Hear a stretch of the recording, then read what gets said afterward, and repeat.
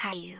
The star named Betelgeuse will explode into supernova. Jesus Christ, I better go to the White House to send the EAS.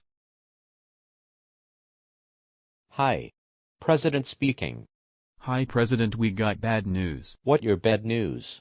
The star named Betelgeuse will explode into supernova. Oh my god. Don't worry Caillou.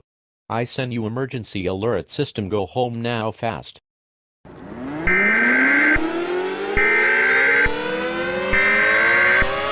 We interrupt your programming. This is a national emergency. Important details will follow.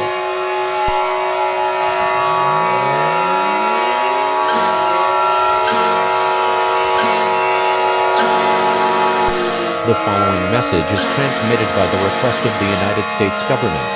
This is not a test. I repeat, this is not a test. Our planet is slowly coming to an end.